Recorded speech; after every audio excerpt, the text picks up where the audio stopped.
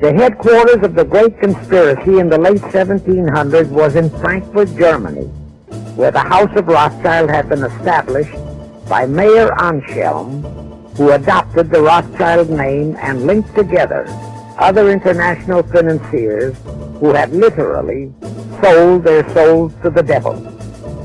This satanic plot was launched back in the 1760s, when it first came into existence under the name of the Illuminati. This Illuminati was organized by one Adam Weishaupt, born a Jew, who was converted to Catholicism and became a Catholic priest, and then, at the behest of the then newly organized House of Rothschild, detected and organized the Illuminati. Naturally, the Rothschilds financed that operation.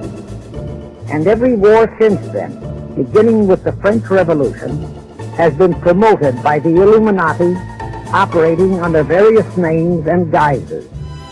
I say under various names and guises because after the Illuminati was exposed and became too notorious, Weishaupt and his co-conspirators began to operate under various other names. Now let's go back to the birth of the Illuminati. Adam Weishaupt was a Jesuit-trained professor of canon law, teaching in Ingolstadt University when he defected from Christianity to embrace the Luciferian conspiracy.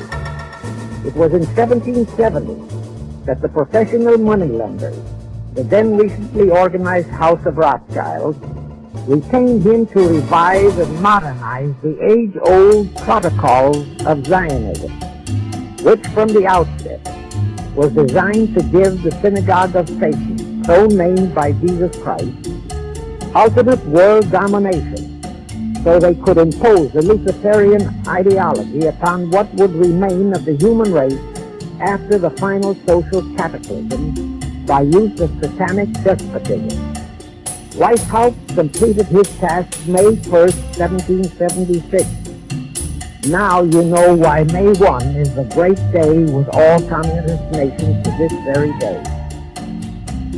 That was the day, May 1, 1776, that Weishaupt completed his plan and officially organized the Illuminati to put the plan into execution.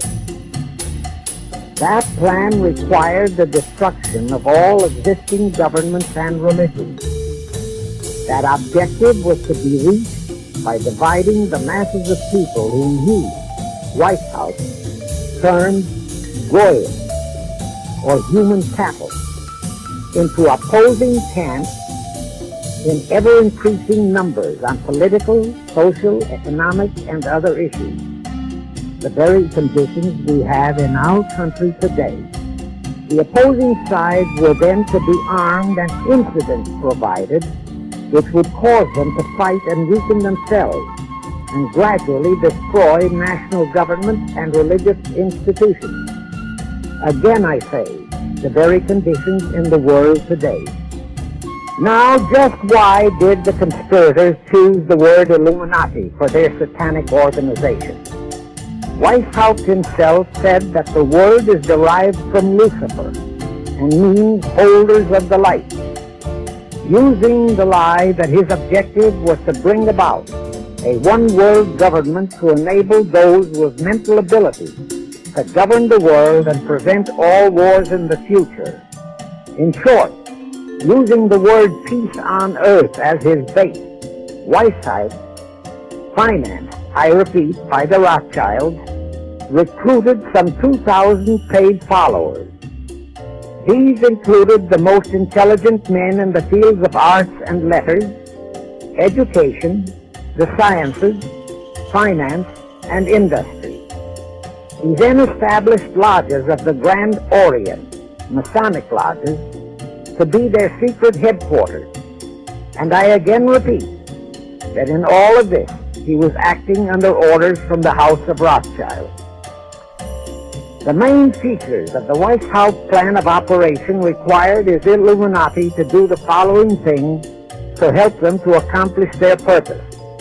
Number one, use monetary and sex bribery to obtain control of men already in high places in the various levels of all governments and other fields of endeavor. Once influential persons had fallen for the lies, deceits, and temptations of the Illuminati, they were to be held in bondage by application of political and other forms of blackmail, threats of financial ruin, public exposure and physical harm, even death, to themselves and loved members of their families.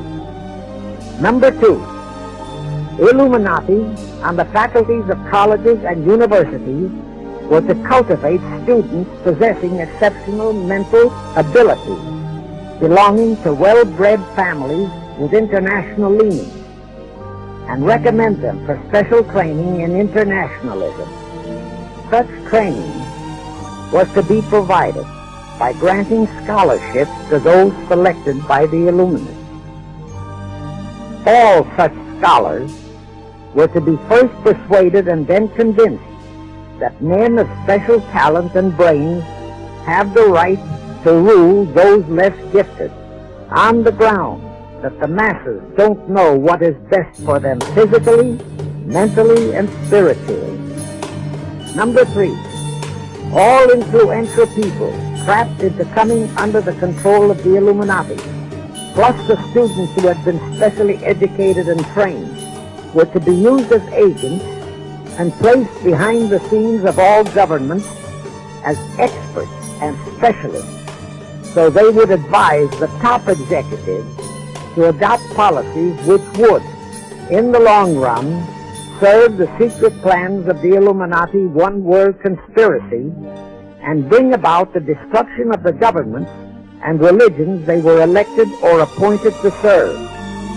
Number 4, perhaps the most vital directive in White House plan was to obtain absolute control of the press, at that time the only mass communications media, to distribute information to the public, so that all news and information could be slanted, so that the masses could be convinced that a one-world government is the only solution to our many and varied problems.